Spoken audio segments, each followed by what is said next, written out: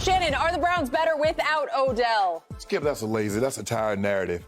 So what role did Odell play in the first, the Bengals are driving right down the field, and then Denzel Ward steps in front of Jamar Chase and goes 99 yards for a pick six, and the other two turnovers that they created after that. Nick Chubb running for 10 yards a carry. Well, if you get 3 turnovers and one of them turns into a pick six and your running back is running for 10 yards a carry, that opens up the entire offense, which is play action, which is what the Cleveland Browns offense is predicated on, is that running the football, play action, and playing defense. When they put this, Skip, remember, they spent a lot of money on the defense. They took 2 DBs from the Rams. They brought in Jadeveon Clowney. So they feeling really good that the strong suit of this team would be their defense. And finally, it showed up. It took the ball away. It gave the Browns extra possessions. Odell don't play no role in that. Odell doesn't play defense. Yeah, it's easy to say, well, Baker played so much better. But when Nick Chubb is running the football, this offense is predicated on running the football. You mentioned Kirk Cousins. What did Dalvin Cook do yesterday? He ran the football, and then play action set up everything after that. So when you can run the football in this offense, because this is the West Coast system, when you can run the football, it opens up your quarterback, and now the play action is going to be wide. Baker played well, Skip, but he only had to throw the ball 21 times. That's a good recipe. Keeping him under 30. When you start letting him get 30 plus, he gets into the 40s. Now that's telling me you can't run the football, you can't play action pass, and you're putting it all on Baker's shoulder. He played well, but Odell had nothing, absolutely nothing to do with winning this game. Browns didn't turn it over. They forced 3. 1 was a pick six. That's what led to them winning this game, Skip. That's a lazy point. Odell. Man, Odell don't play defense. This is the best. I can make the case. This is the best the defense has played this game yesterday. And the Bengals are a very good offense. Joe Burrow, Chase, they got a nice tight end. They're a good team. Joe Mixon, P. Ryan, they can run the football, Skip. This is the best Cleveland defense has played, and they took it to them. It's very frustrating, Skip. You going right down the field, you about to go up 7-0. So before Baker even gets on the field, Skip, it's 7-0. So I don't think Odell had anything to do with this. Give them credit. Baker played well yesterday, only had to throw it 21 times, over 200 yards, 2 touchdowns, no turnovers. That's good. That's a good recipe. Took 2 sacks, but he didn't put the ball in harm's way. I tried to tell you this. I've been trying to tell you this all year long. Odell had everything to do with what happened yesterday. The fact that Odell was not there took a cloud up off this team.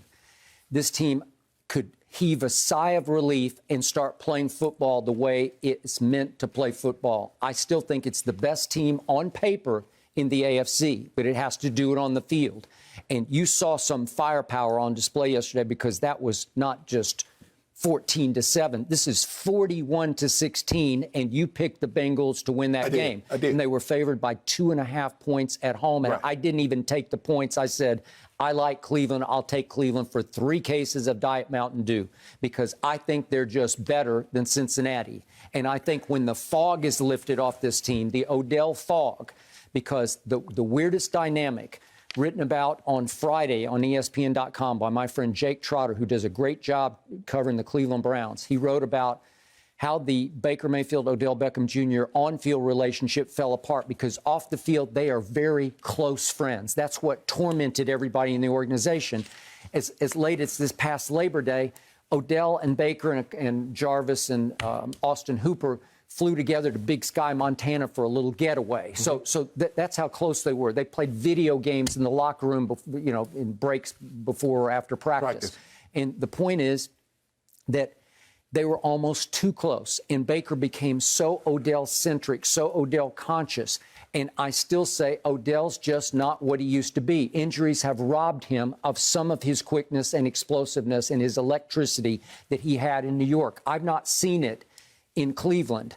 And Jake Trotter. Freddie K got something out of it. Yeah. You remember Freddie K first year there? Odell was over 1,000 yards. Yeah, and speaking of that, Jake Trotter starts off his piece about a Week 9 incident. This is during the 2019 season, in which Baker got skewered for a whole week because he didn't throw to Odell, who broke free running up the sideline. Right. And a Cleveland insider says that's why Baker looked confused. That's how it went all year, which was so frustrating, is that Odell just ran the wrong route. He ran his own route. He ran an Odell route, and Baker took one look and thought, That's not where he's supposed to be, and he double clutched. And then he comes back to Jarvis, and it's incomplete. Well, that's what I saw the whole season was double clutching, not sure, forcing the ball to Odell.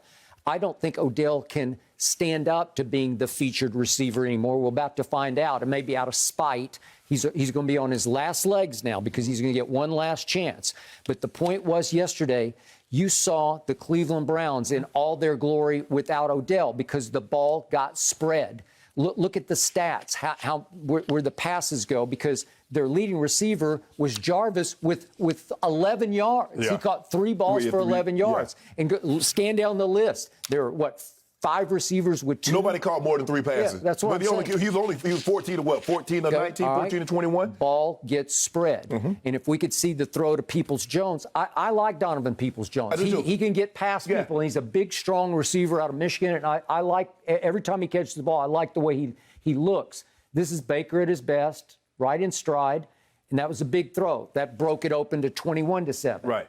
And he later added just almost a garbage time TD pass to Njoku. But Nick Chubb, to your point, he's really good. Yeah. And if we could see the 70-yarder on Nick Chubb, this man can fly. He is underrated fast. Once he hits a crack and gets in the secondary, watch the takeoff speed here. When I saw this live, I said that because he's running. Right. Look how he's running from 3 DBs, right? Okay, so you got that going. And obviously the other running back, who's Thunder Lightning running back, is out for this. Kareem. Yeah, and he'll be back at some point because he's dealing with the same calf issue that Dak had.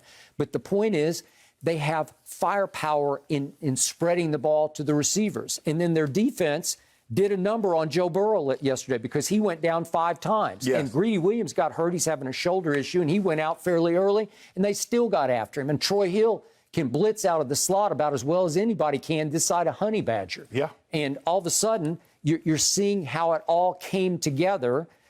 And now they go to New England, where New England's going to be like a 2.5-point favorite. This is a big game. They've found themselves, albeit against your guy Sam Darnold, who's just a bust. I think he's washed up, done. I never liked him before the draft.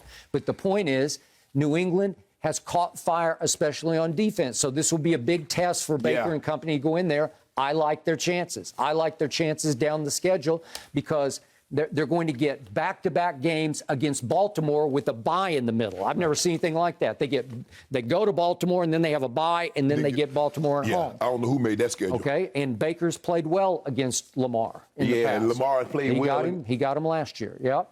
Okay, so I say they're off to the races. I say it's good riddance to Odell, even though they love Odell. And to a man, they were all saying yesterday, we miss Odell in the locker room because there's no trouble in the locker room. Right. It was all on the field. Yeah, and for whatever reason, Skip, and even though Freddie K's first year, the year that Odell got there, he was over 1,000 yards, it still didn't seem like that was the QB to a number 1 connection. It just didn't seem because we had saw what Odell was and with the Giants, and we saw Eli, and we was like, well, Eli is an aging quarterback. Yep. Yeah, he still can play, but just imagine if he had a more lively arm and he could get the ball to Odell like Odell needs and Odell wants. And so we thought this was a match made in heaven. Baker gets a number 1 receiver, a guy that's dynamic, can go deep, intermediate, make all the catches. I got it. And it just still, even after that first year, when you take he had 1,000 yards, Skip, it still didn't seem like, well, damn, something still seems off. I got it. So 2 quotes from the ESPN story. One from a team source. This has 0 to do with anything off the field, which is why it's been so perplexing. And then the second quote from another team source, Odell is in Baker's head, and Baker's pressing every time Odell is around. Odell throws him off, and it gets all effed up from there because Baker becomes indecisive. That's what happened from the start. For whatever reason, it's a bad click between the two of them. Right. So to me, what happened last year? I told you the whole year. It was at Cincinnati that he got hurt last year. And I don't even want to talk about people getting hurt, so I'm going to knock on wood because that was a bad injury, and that sapped a little more of his electricity because that was the ACL. Right. And yet from there, Baker and the team took off. They go 8-3 down the stretch. And what happened in that game at Cincinnati last year? Baker completes 21 straight passes, throws 5 touchdown passes, including the late game winner. And here they go. And I told you in those 11 games, he was ranked or graded by Pro Football Focus 4th overall best behind Aaron Rodgers and Mahomes and Deshaun. Okay? Well, the proof was there right before your very eyes because all of a sudden the ball was moving and being spread. Right. That was Cleveland at its best, and they went and beat Pittsburgh in a playoff game at Pittsburgh. They lost to Mahomes, and they took one step, and I think this year they're ready to take another step in the playoffs. So you like them moving forward? I do.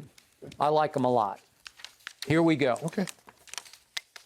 Thank you for watching. You can subscribe here to get the latest from the show, and be sure to check out more of the best clips from Undisputed, or go watch a few other segments from our other shows on FS1.